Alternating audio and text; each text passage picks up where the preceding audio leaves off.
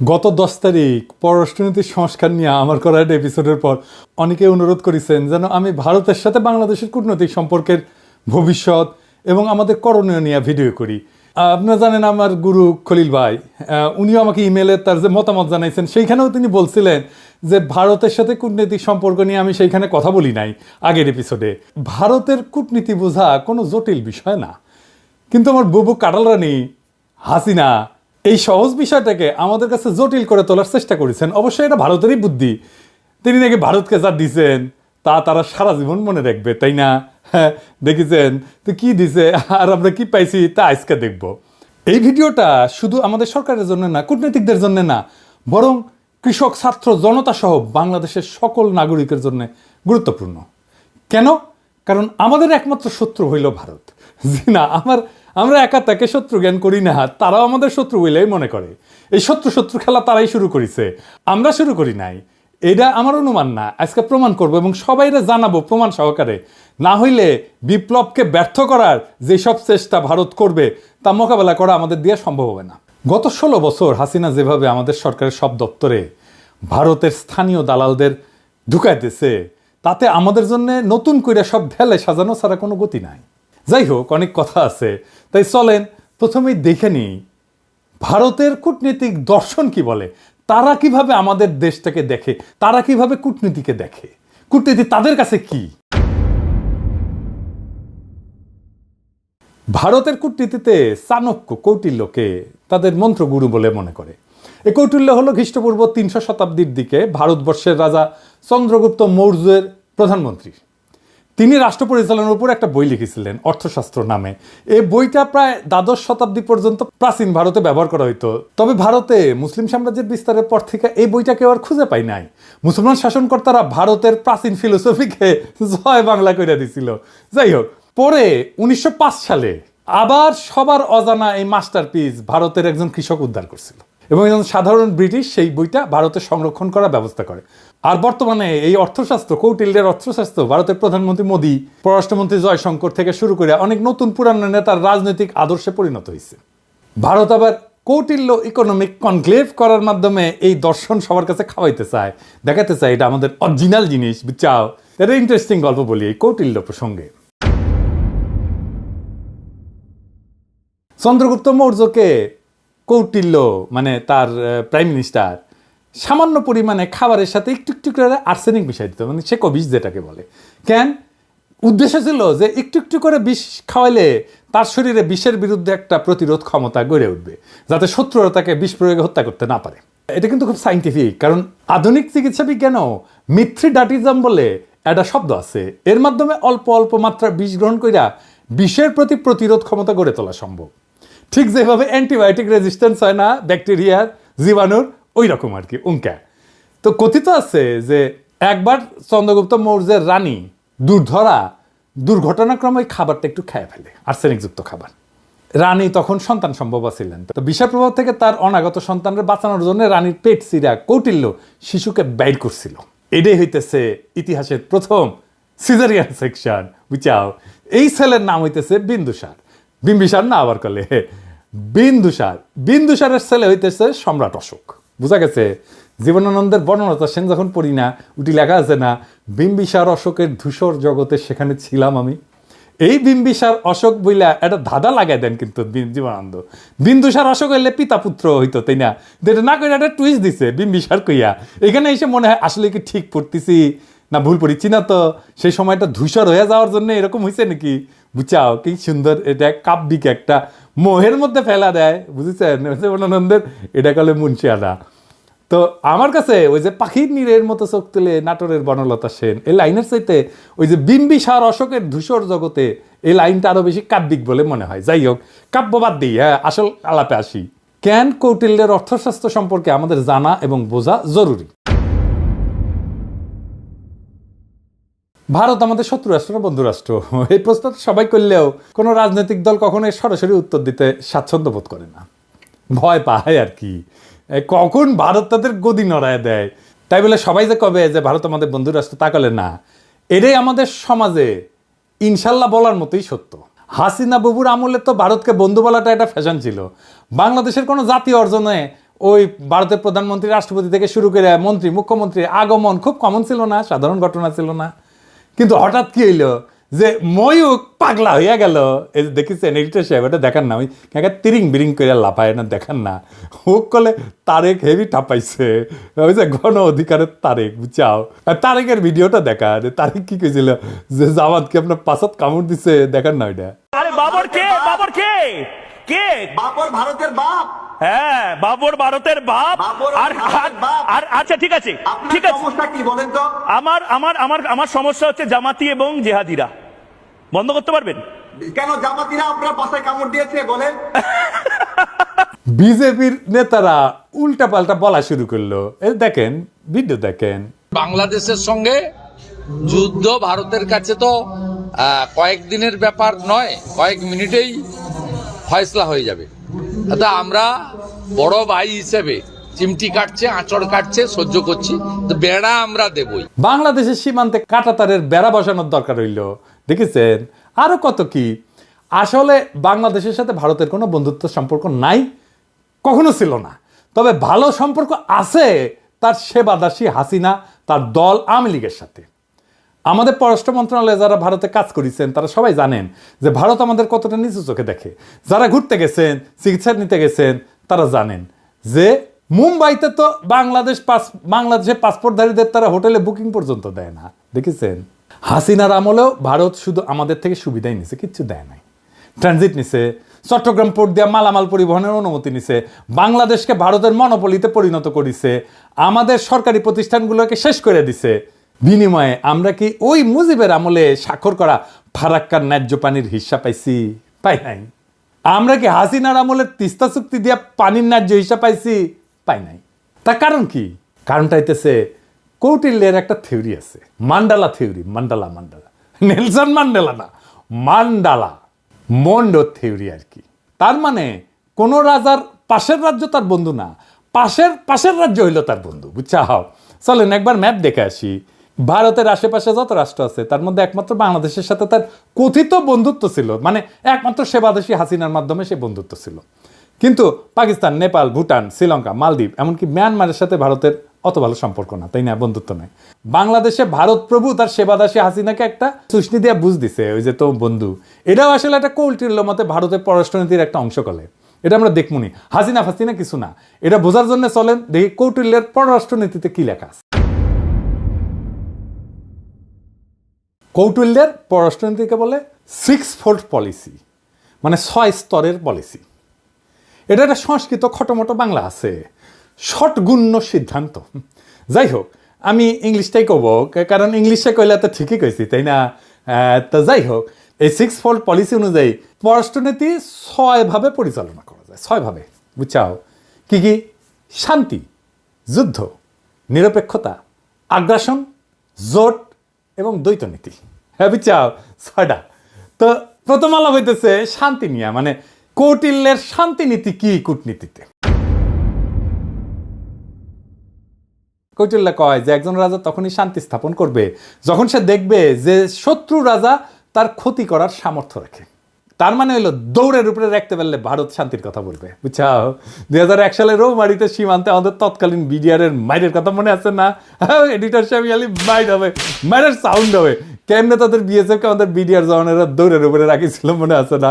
হ্যাঁ, তো তখন ভারতের অনেক সৈন্য মারা গেলেও ভারত কিন্তু আমাদের সাথে শান্তি স্থাপন করেছিল, কারণ তারা বুঝেছিল যে বাংলাদেশ তাদের দৌড়ের উপরে দাবরানির উপরে রাখতে পারে। তাইলে ইন্ডিয়ার সাথে শান্তি স্থাপনের একমাত্র পথ হইতেছে, একমাত্র রাস্তা হইতেছে ওরা দাবরানির উপরে রাখা। আর একটা উদাহরণ দিই, 1962 সালে ইন্দোচীন যুদ্ধে চীনা সেনারা ভারতের সেনাদের নাকানো জমিতে খাইছিল, একটা অংশ দখল করে নিয়েছিল। ভারত তখন দ্রুত নাকে খত দিয়া চীনের সাথে শান্তি স্থাপন করেছিল, কারণ ভারত জানতো যে চীনকে আক্রমণ করলে তাদের খবর আছে, বুঝেছাও? তার মানে ওরা যত দাবরানির উপরে রাখবেন ও শান্তি শান্তি করে আপনার কাছে আসবে। 1 নাম্বার সূত্র কয়া দিলাম। তাই আমাদের সেনাবাহিনীর সাহস নিয়ে লড়াই করার কিছু ডেমো ভারতকে দিয়ে দিতে হবে। আমরা অলরেডি একটা ডেমো দিছি যখন নতুন করে বর্ডারে কাঁটাতার লাগাইতে গেছিল না, কিন্তু এটা তেমন কোনো ডেমো হয় নাই। এটা আরেকটু ভালো করা লাগবে আর কি। আবার ফাইজলামি করলে না, রৌমারির কথা মনে করাই দিতে হবে, কলে মাথায় ঢুকাই দিতে হবে যে ভারতকে দৌড়ের উপরে রাখলে তারা শান্তির কথা বলবে। ওর তত্ত্ব দিয়াই ওরে মাইর দিতে হবে। ও কেমনে কূটনীতি চালায়, ওর কূটনীতির মাইন্ডে কি কাজ করে সেটা বুঝা ওর মতো যদি কাজ করেন তাইলে কেস ফতে। এবার আসেন যুদ্ধনীতি। কৌটিল্যের যুদ্ধনীতি কি? কৌটিল্যের মতে একজন রাজা তখনই যুদ্ধের জন্য আক্রমণ করবে যখন দেখবে যে তার অবস্থান শত্রুর চেয়ে শক্তিশালী। কথা সত্য। এই যে 1971 সালের কথাই ধরেন না, পাকিস্তান যখন আমাদের আক্রমণ করলো তখন ভারত আমাদের সাথে এসে সাথে সাথে যুদ্ধ করে নাই। তারা দেখিছে যে আমাদের মুক্তি বাহিনী কতটুকু যুদ্ধ করতে পারে। যখন মুক্তি বাহিনী আমাদের পাইরা ফেলাইছে না পাকিস্তানি বাহিনীদের, যখন দেখেছে যে মূল কাম সাইরা ফেলাইছে, তখন 3রা ডিসেম্বর 71 সালের মুক্তিযুদ্ধের শেষের মাত্র 13 দিন আগে যৌথ কমান্ড গঠন করিয়া মুক্তিযোদ্ধাদের ক্রেডিট নিয়ে বাংলাদেশকে স্বাধীন করিয়া দেওয়ার ক্রেডিট নিয়ে নিছে। বুঝছাও? এটা হইল ভারতের চামবাজ যুদ্ধনীতি। এরা তখনই যুদ্ধ করবে যখন তারা বুঝে যে তাদের জেতার সম্ভাবনা 100%। অনেকেই জানেন যে শেখ মুজিবের বান্ধবী যে ইন্দিরা গান্ধী, সেই সময়ের ভারতের সেনাপ্রধান জেনারেল মানেকশকে জুন মাসে কইছিলেন যে এই যুদ্ধ শুরু করতে, কিন্তু রাজি হন নাই। কারণ তখন বাংলাদেশে বর্ষাকাল এবং তাদের সেনারা বাংলাদেশে বর্ষায় যুদ্ধ করলে পাকিস্তানের কাছে গোয়ারা আসবে। সত্যি কথা, আমার কথা না, মানেকশর কথা। তার মুখে শুনেন দাও কি কইছে, এডিটর সাহেব শুনে দেন। And if I were to go in, I guarantee you 100% defeat. I said to Mrs. Gandhi, will you now give me your orders? All right. Cabinet would meet again at 4 o'clock. So everybody started walking out, I being the junior one. A smile on my face as I was going out. She said, Chief, stay behind. So I said, Prime Minister, before you open your mouth, shall I send in my resignation on grounds of health, mental or physical? And she said, oh, sit down, Sam, tell me. Everything you told me is the truth. I said, yes, everything I've told you is the truth. I said, it's my job to fight to win, not to lose. And she smiled at me, she said, all right, Sam, you let me know when you're ready. এই যে 13 দিন যুদ্ধ করেছিল, যুদ্ধের পর যে লুটপাট শুরু করেছিল, সেই সময় কিছু বীর সেনা অফিসারের কারণে ঠিক মতো করতে পারে নাই। মেজর জলিলের কথা মনে আছে, সে বাধা দিছিল, তারে গুম করে ফেলছিল। ওই সময় যে করতে পারে নাই লুটপাটটা, এটা গত 53 বছর ধরে পোষায় নিছে ইন্ডিয়া। তাই আমাদের সশস্ত্র বাহিনীকে মনে রাখতে হবে যেন ভারত কখনো এমন সুযোগ আছে বলে ভুলও না করে। প্রফেসর ইউনূসের সেনাবাহিনীর শীতকালীন মহড়ায় যাওয়ার ব্যাপারটা অনেকটা সেই রকম। আমি খুবই পছন্দ করেছি এটা। অনেকে না বুঝলেও আমাদের সবার শ্রদ্ধেয় প্রফেসর ইউনূস স্যার বুঝতে পারিছেন যে এই মহড়ার কত গুরুত্ব। এইসব মহড়া ঘন ঘন করতে হবে, বুঝছাও? শুধু শীত না, বর্ষাতেও করতে হবে। যে শীত বর্ষা কিছুই যে ভারতের কোনো কাজে আসবে না, ওটা বুঝা দেওয়া লাগবে, বুঝছাও? ভারতের মনে যেন ভয় অটুট থাকে, তারা যেন কোনোভাবে বাংলাদেশকে আক্রমণের খায়েশ করতে না পারে। এখন কৌটিল্যের মতে ভারত এই যে যুদ্ধ নীতি, এটা কেমনে করবে? এটা 3 ভাবে করবে, 3 প্রকারে করবে। কি ভাবে? এটা হইতেছে সরাসরি যুদ্ধ, এটা হইতেছে গোপন যুদ্ধ, কিছু কথা থাক না গোপন, আর এটা হইতেছে অঘোষিত যুদ্ধ, মানে ঘোষণা না দিয়া যুদ্ধ, বুঝছাও? ভারত আমাদের সাথে সরাসরি যুদ্ধে যাবি না, ওই সাহসী নাই। ওই যে বুঝিছে না, এখানকার পোলা পাইন এবং বন্দুকের সামনে বুক পাইতা দেয়, তারপরে নড়ে না। তো এর সাথে যুদ্ধ করা যায়। তারা কি যুদ্ধ করবে? গোপন এবং অঘোষিত যুদ্ধ তারা সবসময় করে আসতেছে এবং এটা করে আসবে। চলেন দেখি সেটা কিভাবে করবে। গোপন যুদ্ধ হইলে সেটা সেই পন্থা যেটা দ্বারা ভারত আমাদের একদিকে আক্রমণের আশঙ্কা তৈরি করবে আর আমাদের সেনাদের সেই দিকে ব্যস্ত রাখবে, কিন্তু ভারত আমাদের আক্রমণ বা ক্ষতি করবে অন্য দিক থেকে, বুঝছাও? মাথায় ঢুকে নাই, তাই না? ধরেন আমাদের দক্ষিণে তো আরাকান রাজ্য, একটা নতুন রাখাইন দেশ হওয়ার সম্ভাবনা আছে, তাই না? ভারত রাখাইন দেশকে দিয়া বাংলাদেশের নাপ নদী সংলগ্ন বর্ডারে উত্তেজনা তৈরি করবে, আর আমরা যখন ওই দিকে সামলাইতে ব্যস্ত হয়ে যাব তখন উত্তরবঙ্গ বা অন্য কোনো বর্ডার দিয়া সে আক্রমণ করার চেষ্টা করবে। এটা বুঝতে ভারতের ওই হকার সাংবাদিক ময়ূক রঞ্জনের একটা ভিডিও দেখি, চলেন। সে কইতেছে যে বাংলাদেশের চিকেন নেক নিয়ে নিলে ভারত ফেনী দখল করিয়া চট্টগ্রামকে আলাদা করে দিবে। শুনেন। এটিকে বলা হয় বাংলাদেশের চিকেন স্নেক। বাংলাদেশের এই চিকেন স্নেক অবরুদ্ধ করতে ভারতের সময় লাগবে 5 মিনিট। বাংলাদেশের চিকেন স্নেক এটা যদি কাট অফ করে দেওয়া হয় তাহলে গোটা বাংলাদেশের ভূখণ্ডের সাথে চট্টগ্রামের কোনো সম্পর্ক থাকবে না। এই ফেনীটা যদি কোনোভাবে কাট অফ হয়ে যায় বা দখল হয়ে যায় বা অবরুদ্ধ হয়ে যায়, গোটা বাংলাদেশের এত বড়, এত জেলা সহ যে বাংলাদেশ, সেই বাংলাদেশ থেকে কাট অফ হয়ে যাবে চট্টগ্রাম। এবার এটা মৌলবাদীদের কি করে লোকে বোঝাবে? অর্থাৎ ভারত আমাদের চট্টগ্রামের ভয় দেখাইতেছে যেন আমরা এদিক নিয়ে ব্যস্ত হইয়া যাই আর ভারত আমাদের অন্যদিকে মেরা দেয়, বুঝাও। কিন্তু সেই প্ল্যান তো আজকে ফাঁস করে দিলাম, তাই না? এবার চলেন অঘোষিত যুদ্ধ কেমনে ভারত করবে। এটা আসলে ভারতের সবচেয়ে পছন্দের যুদ্ধ, বুঝছাও। এই যুদ্ধে তারা তাদের সরকারি এজেন্ট, ধর্মীয় এজেন্টদের ব্যবহার করবে। তারা এই কাজ শুরুই করে দিছে। সরকারি চাকরিতে ভারতের দালালদের দিয়া অস্থিরতা তৈরি করেছে, ক্যাডারে ক্যাডারে দ্বন্দ্ব করেছে। এইটা প্রফেসর ইউনূসের সরকারকে কাজ করতে না দেওয়ার একটা কুবুদ্ধি। তাই আমি আগেও বলছি, এখনো বলি, ক্যাডারে ক্যাডারে দ্বন্দ্বের সমাধান করা জরুরি। এই ক্ষেত্রে কোনো কথা শোনা যাবে না, কঠোর হইতে হবে। যারা এই দ্বন্দ্ব ধৈর্য রাখতে চায় ওরা ভারতের দালাল।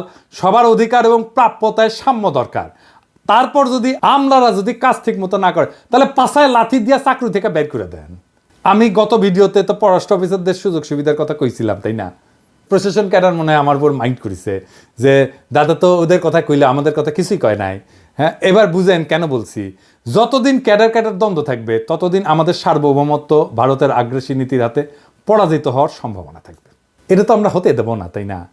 তবে সুযোগ সুবিধা পাওয়ার পর আমার কূটনীতিক সহ 25 ক্যাডারের ভাই বোনেরা যদি কাজ না করেন আর ভারতের সামসামি না ছাড়েন তাইলে আপনাদের কলে খবর আছে, কইয়া দিলাম, বুঝছেন? আমি যখন ধরি না তখন কিন্তু কচ্ছপের কামড় দিয়া ধরি। আর একটা উদাহরণ দিই, ওই যে চিন্ময় প্রভুপাদের কথা মনে আছে না? ওরে দিয়া ভারত সুন্দর একটা গেম সাজাইছিল করলে যেন হিন্দুরা এই সরকারের বিপক্ষে কাজ করে। সাথে ভারতের কিছু বেতনভোগ বাংলাদেশি দালালও ছিল। ওই যে প্রথম আলো, তার দিল্লি স্টার, এটা আছেই। কিন্তু ইউনূস স্যার সেই ওগেরে আসার মেরে দিচ্ছে ভালো করে। একইভাবে দিল্লির সাতপন্থীদের দিয়া ধর্মপ্রাণ মুসলমান তাবলিগের সদস্যের মধ্যে মারামারি সৃষ্টি করছেন, সেটাও আমরা সামলাইছি করলে। এইরকম আরও আসবে, কিন্তু এখন আর লাভ হবে না, কারণ সবাই বুঝে গেছে যে ভারত কিভাবে এই কাজটা করে বা করবে। এইটা ভারতের অনেক প্রিয় মেথড, কিন্তু প্রিয় পদ্ধতি। ভারত আগেও তাই করেছে। 1975 সালে শেখ মুজিব জয় বাংলা করে দেওয়ার পরে ভারত আমাদের পার্বত্য চট্টগ্রাম এলাকায় শান্তি বাহিনীকে ফান্ড করেছিল, ট্রেনিং দিছে, তারপরে অশান্তি সৃষ্টি করেছে। আরে হারামজাদা কাদের সিদ্দিকী ওরে আশ্রয় দিচ্ছে। আদের সিদ্দিকী তার বাহিনী নিয়ে বাংলাদেশের ভেতরে আসে আক্রমণ করিত, এবং কাদের সিদ্দিকীর বাহিনীর সাথে আমাদের সেনাবাহিনীর যুদ্ধ হইতো। কিন্তু অনেকে গলে বীরুত্তম খেতাবও পাইছে, এবং আমাদের অনেক অফিসার মারা গেছে, সৈনিক মারা গেছে। আর এই হারামজাদা রাজনীতি করিচ্ছে, ওর তো এখন জেলে থাকা উচিত। আবার দেখেন, ওই যে শেখ মুজিব জয় বাংলা হওয়ার পরে যে শান্তি বাহিনীকে ফান্ড করেছিল না ইন্ডিয়া, আবার যখন কাঁঠাল রানী 1996-তে ক্ষমতা এসেছে তখন ইন্ডিয়া আবার ওই সমস্যার সমাধান করে দিচ্ছে 1997 সালে, যেন আওয়ামী লীগ বাহবা পায় আর বাংলাদেশ তাদের হুকুমের দাসী হাসিনা দ্বারা পরিচালিত হয়। একই কাজ তারা শ্রীলঙ্কায় করেছে তামিল হিন্দুদের নিয়ে, নেপালে করেছে মাওবাদীদের নিয়ে, পাকিস্তানে বেলুচিস্তানেও একই গল্প। বাংলাদেশে যেন তারা এই কাজ করতে না পারে সেই দিকে লক্ষ্য রাখতে হবে। বর্ণ, গোত্র, ধর্ম নিয়ে যারা লাভ দেবে, ঝামেলা করার চেষ্টা করবে, ইসলামকে বাংলাদেশে বিতর্কিত করার চেষ্টা করবে, এরা সবাই ভারতের দালাল, এটা মাথায় রাখতে হবে। এবার দেখি কৌটিল্যের নিরপেক্ষতা কূটনীতি কি। কৌটিল্য কাছে যদি কোনো রাজা মনে করে যে তার শত্রু রাষ্ট্রের ক্ষমতা তার সমান এবং এই ক্ষমতার সাম্য তাদের পারস্পরিক ক্ষতি হইতে বিরত রাখে, তবে রাজা সেই রাজ্যের প্রতি নিরপেক্ষ থাকে। মজার কথা মানে হইল, ভারত যদি মনে করে বাংলাদেশ তাদেরকে জয় বাংলা করে দিতে পারে যে কোনো সময়, তাইলে ভারত আমাদের সাথে নিরপেক্ষ আচরণ করার সিদ্ধান্ত নেবে। এই ধরেন 5ই আগস্টের পর আমরা যখন ইলিশ দেওয়া বন্ধ করেছিলাম তখন ভারতের বাহাদুরি কিন্তু শেষ হয়ে গেছিল। তো ওরা তখন আমাদেরকে তেল দিয়া, কালারানির প্রতি প্রেম কিছুটা বিসর্জন দিয়া আমাদের থেকে ইলিশ নিচ্ছে, আমরা দিছি। যদিও এই সিদ্ধান্তটা আমাদের অনেকে পছন্দ হয় নাই, কেননা আমরা সেই সিদ্ধান্ত বুঝে নিছি কিনা জানি না। তবে এখন এইসব চাল আমাদের বুদ্ধি করে চলতে হবে। ভারতকে বুঝাই দিতে হবে যে 1971 সালে আমাদের সহায়তা করার প্রতিদান অনেক গুণে আমরা দিছি। এখন আমরা আমাদের ন্যায্য পাওনা আদায় না করে আপনাদের কিছু দিব না। আর একটা উদাহরণ দিই, 2008 সালে যখন মুম্বাইতে আক্রমণ হয় না, ওই যে তার দায় কলে ভারত পাকিস্তানকে দিছিল, অনেক হম্বিতম্বি করেছিল, কিন্তু তারা পাকিস্তানে কোনো সামরিক আক্রমণ চালায় নাই। এর কারণ হইল পাকিস্তান একটা নিউক্লিয়ার শক্তি, ওরে আক্রমণ করলে ভারত জয় বাংলা হয়ে যাবে, এটা ভারত বুঝে, তাই তারা হাক ডাক দিয়া চুপ ছিল। বুঝা গেছে ব্যাপারটা? শক্তিতে সমান সমান টক্কর দিতে হবে, টক্কর দেওয়ার ক্ষমতা, আমার টক্কর দেওয়ার ক্ষমতা আছে, এইটা বুঝাই দিতে হবে। এবার আসেন কৌটিল্যের আগ্রাসন নীতি। কৌটিল্যের দর্শন মোতাবেক একজন রাজা যখন নিজের শক্তি বৃদ্ধি করে তখন সে শত্রু রাজ্যকে আক্রমণের প্রস্তুতি নেয়। এটা কিন্তু ভারত খুবই মানে হইল যে এটা ভারতের পছন্দের একটা মেথড, এইভাবে সে মাপে অন্যরে। এই যে ধরেন রৌমারির কথা, 2001 সালে রৌমারিতে ভারতের সেনারা আমাদের জয় বাংলা হওয়ার পরে ভারত কিন্তু চুপ ছিল, কারণ আগেই বলছি এরপর আমাদের বুবু যখন 2008-এ 111-এর নকশা ক্ষমতা আসে, তার কয়েকদিনের মাথায় ভারতের প্রতিশোধ নেয় বিডিআরে হত্যাকাণ্ড কইরা, 57 জন সেনা অফিসারকে হত্যা কইরা। শুধু তাই না, বিডিআরের গৌরবময় ইতিহাস যেন বাংলাদেশে না থাকে, তাই তারা কাঁঠাল রানীকে দিয়ে নাম পরিবর্তন কইরা বিজিবি বানায়, পোশাক বদলায়। দেখেন হাসিনার দাসত্ব। আমরা যেহেতু এটা এখন বুঝে গেছি, আমরা আবার বিডিআরকে তার আসল নামে ফেরত নিয়ে যাব। বিডিআর নামে পরিচিত হবে, তাদের আধুনিক অস্ত্র দেব, ফেরায় দেব তাদের গৌরবের ইউনিফর্ম। এই নাম শুনলে আর ইউনিফর্ম দেখলে ভারতের 2001 সালের কথা মনে থাকবে, আর পাতলা পায়খানা হয়ে যাবে। এইটা আমাদের প্রথম কৌশল। দেখেন ভারতের সেনাপ্রধানের বক্তব্য। I am in touch with the chief of Bangladesh during the time of when this changeover took place. I was in constant touch with him, and even thereafter, in November 24, we had a video conference also. As far as the military cooperation is concerned, is again going up in the same way. Our officers have moved there for the NDC also. There is no let up on that side. The only thing is, as far as the joint exercise which is carried out, because of the situation as of now, that we have postponed for some time, and as and when the situation improves, that exercise will also go on. When we talk about the relationship we should talk about when there is an elected government. So as of now, the relationship is with the military is well and perfect. 5 আগস্টের পর 5 মাস হয়ে গেল, ভারত তার কোনো মন্ত্রী বা সংস্থা প্রধান কখনো এই ধরনের কথা বলে নাই। আমি আমার আগের ভিডিওতে বলছিলাম যে ভারতের প্ল্যান মোতাবেক সব চলতেছে, এবং এই প্ল্যান মোতাবেক চালাইতেছে ভারতের আরেক সেবাদাস ওয়াকার। আমার কথা অনেকেই বিশ্বাস করেন নাই, অনেকেই আমাকে কইছেন ওয়াকার একটা বিপ্লবের শক্তি। এখন দেখেছেন তো, এখন দেখেন ভারতের সেনা প্রধান বলে তার সাথে নাকি অন্তর্বর্তীকালীন সরকার গঠনের পুরা সময় জেনারেল ওয়াকারের সাথে যোগাযোগ ছিল। অর্থাৎ ওয়াকার সাহেব যখন রাজনৈতিক নেতাদের নিয়ে অন্তর্বর্তীকালীন সরকার গঠনের চেষ্টা করতেছিলেন, তখন তিনি নিয়মিত ভারতের সেনা প্রধানের সাথে যোগাযোগ রাখতেছিলেন। রাষ্ট্রদ্রোহী কাজ করছেন তিনি। ওয়াকার সাহেব হয় আপনি বিপ্লবের স্পিরিট ধরতে পারেন নাই এবং হাসিনার আমলের অভ্যাস 2 দিনে ছাড়তে পারেন নাই, অথবা আপনাকে ভারতের সেনাপ্রধান ফাঁসাইয়া দিছে যাতে বাংলাদেশের সেনাবাহিনীর সর্বোচ্চ নেতৃত্ব বিপ্লবের বিপক্ষে কাজ করতেছে, এইটা জনমনে ছড়ায় দেওয়া যায়। এইটা বাংলাদেশকে এবং বাংলাদেশের মানুষের মনোবল ধ্বংস করার চেষ্টা। এভাবেই গত 5 মাস ভারত নিজেদের কৌশল ঠিক করেছে এবং বাংলাদেশের সকল মানুষকে এটা বোঝানোর চেষ্টা করতেছে যে ভারত এখনো আমাদের প্রভু। এবং এইটা বোঝানোর জন্য তাদের প্রথম টার্গেট আমাদের হাসিনা বাবুর ফুফাতো বোনের জামাই সেনাপ্রধান ওয়াকার সাহেব। আমি অবাক হই যে সমস্ত সেনা সদর বা আন্তঃবাহিনী জনসংযোগ পরিদপ্তর এই নিয়ে কোনো কথা বলেন নাই, আর ভারতের দালাল বাঙ্গুয়েলিটারা বৈশাখী নিজেদের দেখতেছে আর নিজেদের হারানো প্রভাব পুনরুদ্ধারের স্বপ্ন দেখতেছে। প্রথম আলো গং এখন এইগুলা নিয়ে পুরা গল্প বানাবে ফায়াজ করিমের মতো। এইসব বাংলাদেশ বিরোধী ভারতীয় এজেন্টদের যেখানে দেখবেন সেখানেই এদেরকে জয় বাংলা কইরা দিতে হবে। এখন দেখেছেন তো জেনারেলদের বাসায় হাসিনার লোক, আওয়ামী লীগের লোকেরা লুকে আছে, দেখেছেন? ফ্ল্যাট মালিক কে? ফ্ল্যাট মালিক হচ্ছে মাহবুব সামদ চৌধুরী, মেজর জেনারেল। জি। উনি এখন বর্তমানে কোথায় আছে? উনি এসএসএফ আছে। এসএসএফ আছে, ডিজি। জি।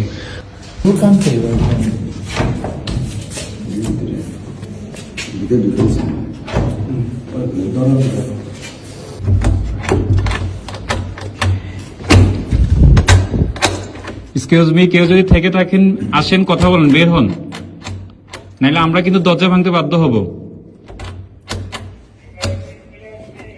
আপনারা যদি ভিতরে কেউ থেকে থাকেন একটু কাইন্ডলি একটু কোঅপারেট করে বের হন, নাইলে আমরা কিন্তু দরজা ভাঙতে ইয়া করব।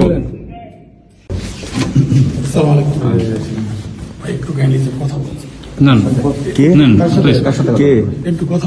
বলেন কে? ভাই আমি তো স্যার আসলে সামনে আসেন, সামনে আসেন, সমস্যা নাই। বলেন।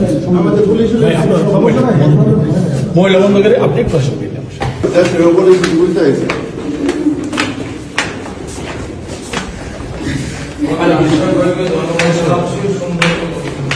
তো এখন কি করা লাগবে আমাদের এই সেনাবাহিনী নিয়ে? এর মধ্যে আমাদের সামরিক সক্ষমতা এমনভাবে উন্নীত করতে হবে যেন ভারত আমাদের ভয় পায়। ভারতের সামরিক শক্তি আমরা জানি, সেটা ওয়াকার সাহেবও জানেন। সামরিক বিষয়ে তাই এখানে বলতে চাই না, আমার সাথে যোগাযোগ করলে পরামর্শ দিয়ে দিব। তবে এটা বলতে পারি, আমাদের সশস্ত্র বাহিনীকে নতুন নতুন আধুনিক যুদ্ধ বিমান, ট্যাঙ্ক, যুদ্ধ সরঞ্জাম কিনতে হবে। মাঝে মাঝে সে সমস্ত মাল দিয়া একটু প্রশিক্ষণ করে তো ফুটেতে টুটেতে হবে আর কি, বুঝছাও। আর বলিছি এটা সাইবার ব্রিগেড করতে হবে আমাদের শক্তিশালী, তাইলে আমাদের পাতলা পায়খানা চলতে থাকবে। ভারত কিন্তু ফ্রান্স থেকে রাফেল কিনেছে, রাশিয়া থেকে কিনেছে সুখয় যুদ্ধ বিমান। আমাদের তো রাশিয়া আর ফ্রান্সের সাথে সম্পর্ক ভালো, যুক্তরাষ্ট্রের সাথেও ভালো, তুরস্কও আছে। ভারত এতদিন আমাদের আধুনিক যুদ্ধ সরঞ্জাম কেনার ব্যাপারে ভেটো দিয়ে আসছে, এখন বুঝতে পারছেন তো কেন তারা ভেটো দেয়? এই কূটনীতির কারণে, কারণ ওরা চায় আমরা যেন সমরে শক্তিশালী হইতে না পারি এবং তাদের সেবা দাসী হিসাবে থাইকা যায়। এরপরে আসেন কৌটিল্যের কূটনীতিতে জোট নীতি কি।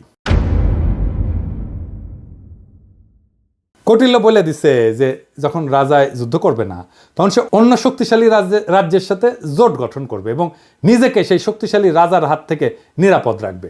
ভারত কিন্তু এই কামটাও ঠিক মতো করে, মানে কৌটিল্যকে মাইনে চলে আর কি। এই যেমন ধরেন ভারতের সামরিক সহযোগিতার সম্পর্ক আছে রাশিয়া, ইসরায়েল আর যুক্তরাষ্ট্রের সাথে। এই 3 দেশ চাইলে যে কোনো সময় ভারতকে জয় বাংলা করে দিতে পারে। আবার লক্ষ্য করলে দেখবেন যে এই 3 দেশের সাথে যাদের শত্রুতা, ভারত কিন্তু তাদেরকে শত্রু মনে করে। এই 3 দেশের কমন শত্রু হইল মুসলিম দেশগুলা। ভারত এদের সাথে সন্ধি করার মানে হইল ভারত এদের সাথে মিলা মুসলিম বিরোধী শক্তি গঠন করতে চায়। ভারত এইসব দেশ থেকে সমরাস্ত্র কেনে, এদের সাথে মিলিটারি তথ্য আদান প্রদান করে। আমরা হয়তো ইসরায়েলের সাথে সম্পর্ক করতে না পারলেও বাকি 2 দেশের সাথে পারবো, সেই অবস্থা আমাদের আছে। আবার কাঁঠাল রানী যেইভাবে আমেরিকার সাথে সম্পর্ক খারাপ করেছিল, তাতে এটা পরিষ্কার যে হাসিনা ভারতের নীল নকশা বাস্তবায়ন করেছে যেন বাংলাদেশের সাথে আমেরিকার সম্পর্ক ভালো না থাকে। আমরা এদের সাথে সম্পর্কের পাশাপাশি চীন, পাকিস্তান, সৌদি আরব, ইরান, তুরস্কের সাথে সামরিক সম্পর্ক তৈরি করব। এরা কেউ ভারতের সাথে সন্ধি করবে না, কিন্তু আমাদেরকে এরা ভালোবাসে, ঠিক কিনা বলেন? আমাদের সাথে সন্ধি করবে। এই সন্ধিগুলা হইলে তখন দেখবেন যে জয়শঙ্কর বাবাজি আর অজিত দোভাল কিভাবে দৌড়ের উপরে থাকে। আমাদের সামরিক কেনাকাটাগুলা আমরা এইসব দেশ থেকে করব। আর আমেরিকা, রাশিয়াকে সাথে নিতে হবে। এরা কিন্তু হিসাবি দেশ, এদের থেকে সমরাস্ত্র না কিনলে এরা আপনাকে কোনো সাপোর্ট দিবে না। ভারতে রাফায়েল আছে, আমরা F-16 কিনতে পারি। আবার ফ্রান্সের রাফায়েল অথবা রাশিয়ার সুখয় কিংবা চীনের চেংদু J-10 চার্লি কিনতে পারি, তাই না? তবে ফ্রান্সের রাফায়েল কিনলে আমি এনা খুশি হমনি, তাই না? আমাকে এত আশ্রয় দিছে না ফ্রান্সের সরকার, ওদের কিছু করা লাগে না, আমাদের তো একটা দায়িত্ব আছে, কি বলেন? তো রাফায়েল কিনলে পিনাকি দাদা খুশি হয়ে যাবে নি, বুঝছাও? তো শুনেন, কেনা লাগবি না এখনই, খালি কেনার আলাপ শুরু করে দেন, দেখবেন ভারতের সীমান্তে কাঁটাতার বসানো থেমে যাবে। আমি গ্যারান্টি দিচ্ছি, লিখে দিচ্ছি, না হইলে আমার এসে কইেন। আলাপ শুরু করেন, খালি দেখেন তাদের রাষ্ট্রদূতের দৌড়াদৌড়ি শুরু করে দেবে ওই দেশে। তখন ওরাও ভারতকে তাদের ব্যবসার মধ্যে না আসার পরামর্শ দিয়ে বসায় দিবে। পাকিস্তানে আমাদের সামরিক কর্মকর্তাদের সফর একটা ভালো সংবাদ শুনলাম, তাদের থেকে J-71 যুদ্ধ বিমান কেনার আলাপ চলতেছে। বাংলাদেশ কিনলে তারা খুশি হবে। দক্ষিণ এশিয়াতে ভারত একটা সিপাই থাকবে। এইবার আসেন কৌটিল্যের দ্বৈত নীতি, এই জিনিসটা আবার কি? এটা সবচেয়ে মজার থিওরি। এইটার মধ্যে একজন রাজা একই সময় একজনের সাথে যুদ্ধ আর একজনের সাথে সন্ধি, বুঝছাও? মানে হইলো ভারত একসাথে 2টা যুদ্ধ করতে পারবে না, করবেও না, কখনোই না। দেখবেন যখন পাকিস্তানের সাথে যুদ্ধ খেলে তখন অন্য কারোর সাথে সেই খেলা দেখায় না। গত 16 বছর তো আওয়ামী লীগ ভারতকে বাম্পার সুবিধা করে দিছিল, বাংলাদেশ তো তাদের দখলেই ছিল, তাই না?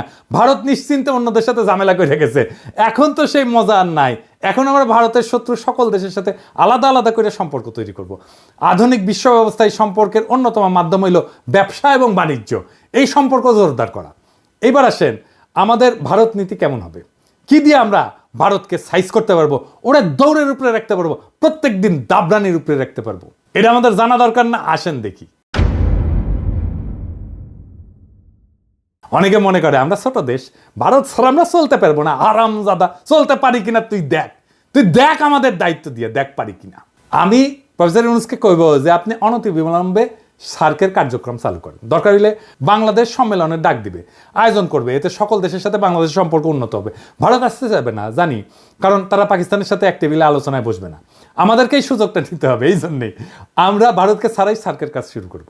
দক্ষিণ এশিয়াতে ভারতের মহাজনগিরি ছুটাই দিতে হবে। দক্ষিণ এশিয়াতে পাত্তা না পেলে ভারতকে আর কোনো দেশই পাত্তা দিবে না। ভারত নিজেদের অনেক বড় হ্যাডম ভাবে। দেখেন তাদের পররাষ্ট্রমন্ত্রী কি বলে। I think I'm 1/5 of the world's population. I am what today the 5th or 6th largest economy in the world. I mean, forget the history, civilization bit, everybody knows that. But I think I'm entitled to have my own side. I'm entitled to weigh my own interests, make my own choices. And my choices will not be cynical and transactional, but they will be a balance of my values and my interests. There is no country in the world which disregards its interests. SAARC চালু হইলে দেখবেন ভারতের পায়জামা ঢিলা হয়ে গেছে, ওর ফিতা খুঁজে পাচ্ছে না।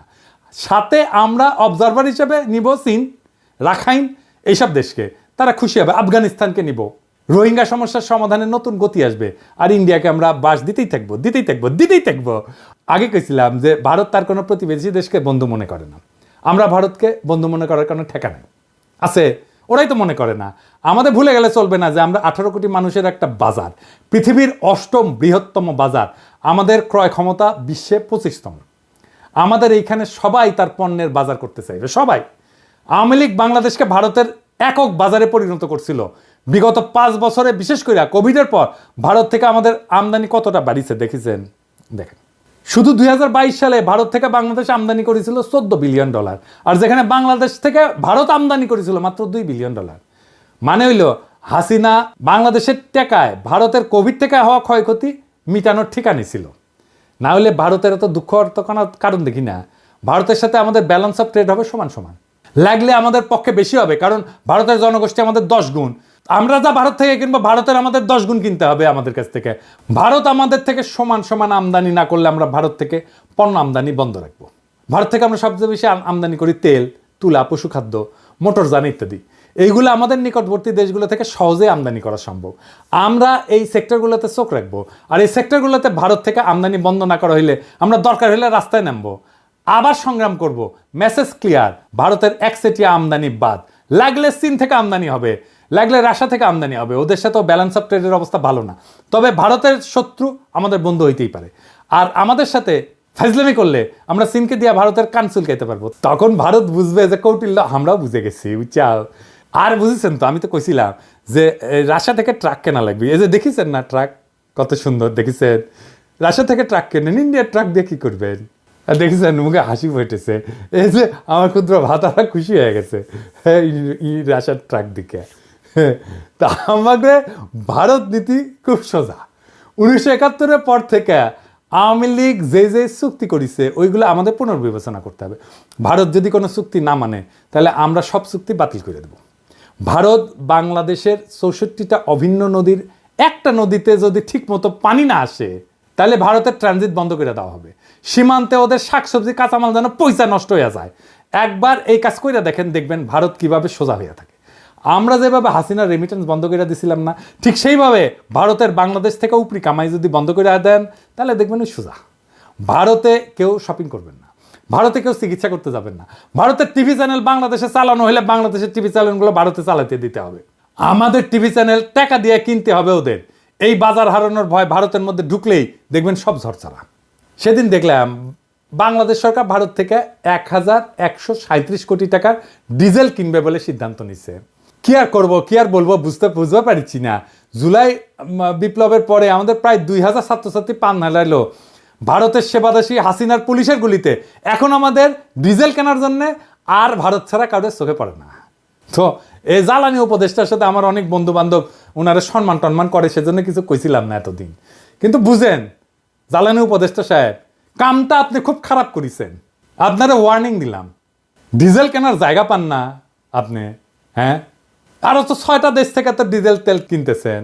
এই যে দেখেন তো, ওই 6 দেশ থেকে ডিজেল কেনা যাইতো না কেন? ভারত থেকে তেল কেনার দরকার পড়লো, কুরকুরানিটা কই? জ্বালানি উপদেষ্টা সাহেব, আপনাকে জাতির সামনে এই প্রশ্নের উত্তর দিতে হবে। সামে সিকোনে প্রচুর কাম করিচ্ছেন কলে, নাইলে বিপ্লবী জনতা আপনাকে কেন বিশ্বাস করবে? ইউনূস স্যার, আপনি কি এই ব্যাপারে জানেন? নাকি বিএনপির সাথে সমঝোতা হওয়ার পর এখন বিএনপির চাপে আপনারা এই সিদ্ধান্ত নিতেছেন? নিলে জানান, আমরা তো আছি।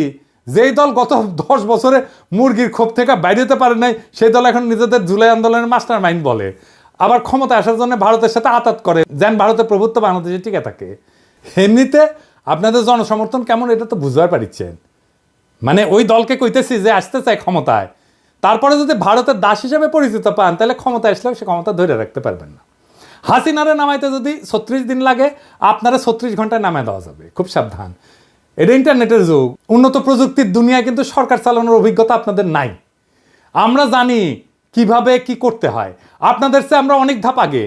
আমাদের সাথে পরামর্শ করেন, নইলে কি করতে গিয়া কি খায়া ফিরে আসবেন তা কিন্তু বুঝবার পারবেন না। ভারতে আমাদের সব কাজ স্লো করে দিতে হবে, দূতাবাসে আমাদের লোকের সংখ্যা কমাই দিতে হবে। পররাষ্ট্র উপদেষ্টা এই জিনিসটা ভালো করে খেয়াল রাখবেন, ওই লোক দিয়ে আমাদের আসন্ন বন্ধু দেশের মিশনগুলোকে শক্তিশালী করেন। ভারত আমাদেরকে ভিসা না দিলে আমরা ভিসা দিব না, আমাদের দূতাবাসে আক্রমণ করলে আমরা ওদের শান্তিতে থাকতে দেবো না। ইউনুস স্যার তো ভদ্র মানুষ, আপনি না পারলে আমাদেরকে বলবেন, আমার ক্ষুদ্র ভাতা এবং ভগিনীরা ভারতের পাশে আগুন ধরায় দিবে, লাগলে জায়গা মতো আগুন ধরায় দেব। আমাদের কোনো সরকারি কর্মকর্তা ভারতে প্রশিক্ষণে যাবে না। কেন যাবে না জানেন? আসেন বলি। কারণ এইসব প্রশিক্ষণ দেওয়া এতদিন ভারত আমাদের সব অফিসারদের প্রোফাইল বানিয়েছে, বুঝছেন? তাদের কার কি পছন্দ অপছন্দ, কারে পয়সা দিলে হবে, কারে মেয়ে ধরাই দিতে হবে, তা সব জানে এবং এই কাজ করেছেও। কিন্তু এই যে সানিউল কাদের দেখেছেন না, ধরা খেয়েছিল, তারা ইউএনএদেরকে ডিসিদেরকে নিয়ে গেছে দেরাদুনে, কূটনীতিকদেরকে পড়াইছে দিল্লিতে। তাই আমাদের সরকারি অফিসারদের বিশেষ করে যারা ভারতের প্রশিক্ষণ নিছে তাদের শুদ্ধি পরীক্ষা নিতে হবে, এবং এরা সব কয়টা বিক্রি হয়ে গেছে। আমাদের অফিসাররা ভারতে প্রশিক্ষণে গেলে তাদের অফিসারদেরকেও আসতে হবে এখানে। এটা অবশ্য ফরেন সার্ভিস একাডেমি করে, তবে এটা আরও বেশি করা দরকার। ভারতের অফিসারদের প্রোফাইল তৈরি করতে হবে, এবং এর একই সাথে আমাদের চরিত্র ঢিলা অফিসারগুলো আছে না, ওদের আপাতত কাজ করা বা পদায়ন থেকে বিরত রাখতে হবে। নইলে তারপর 2 পেগ মেয়েরা আবার হোয়াটসঅ্যাপে ফ্যান খুলে দিবে, ভারত সেই সমস্ত ছবি জোগাড় করে তাদের দিয়ে গুপ্তচরগিরি করাইবে, বুঝছো? এটা ওদের একটা পলিসি করে। এখন আপনারা যেহেতু ভদ্রলোক, সেই জন্যে সুশীল, সেই জন্যে আপনারা ওদেরকে দূরে রাখেন যাদের চরিত্র ঢিলা। আমি যদি ফরেন মিনিস্টার হইলামিনি, তাইলে ওই হানি ট্র্যাপ ফেলা ইন্ডিয়ার মায়াগরে তাদের ডাবল প্রমোশন দিলামিনি। ইন্ডিয়া হানি ট্র্যাপে ফেলানো ছাড়া আর কিছু পারে না। তাই তাদের এই হানি ট্র্যাপ আইডিয়া জয় বাংলা করে দিতে হবে। যখন কইতে পারবেন পারলে আরো পাঠা, তোর দেশে মায়েরা আমার কাছে আসে কেন, তুই পারিস না তো আমি তোরে সাহায্য করতেছি, আরো পেটে দিস বান্দা হাজি, সেই দিন তাদের এই অস্ত্র আর কাজ করবে না। তাদের দর্শন, তাদের ফিলোসফি তাদের বিরুদ্ধে প্রয়োগ করা লাগবে। তখন কইবেন যে পিনাকি যা কইছিল তা কতটা সত্যি, যদিও পিনাকি বাংলাত কইছে, বগুড়ার ভাষাত কইছে, তাও কলে এটা সত্য কইছে। তাই ভারতে আমাদের সকল সরকারি কর্মকর্তার ট্রেনিং বন্ধ, একেবারে ফুল স্টপ। এবার আসেন শেষ কথা। পররাষ্ট্রনীতিতে শেষ কথা বলে কিছু নাই। এক দেশ নিয়ে পলিসি করাটাও বিপজ্জনক। এক দেশের সাথে সম্পর্ক স্থাপন করা শুধু সেই 2 দেশের ব্যাপার না, অনেক বিষয় মাথায় রাখতে হয়। তবে ভারত যেহেতু স্পেশালভাবে আমাদের গত 53 বছর লুট করে গেছে, তাই আমাদের এখন সময় আসছে ভারতকে নিয়ে ভাবার, নতুন কইরা পলিসি তৈরি করার। কৌটিল্য ভারতের আইডিওলজিক্যাল গুরু কলে, তবে এমন গুরু ওদের অনেক আছে, কিন্তু কৌটিল্যের ব্যাপারটা একটু আলাদা। তাই ইউনুস স্যারকে আমি বলবো, আপনাদের সব সরকারি কর্মকর্তাদের কৌটিল্য পড়ান, বই পড়তে বলেন, পরীক্ষা নেন। ভারত যেভাবে আমাদেরকে সাইকোলজিক্যালি করাপ্ট করেছে না, আমরা এখন ওদের সাইকোলজি শিখবো তাদেরকে করাপ্ট করার জন্যে।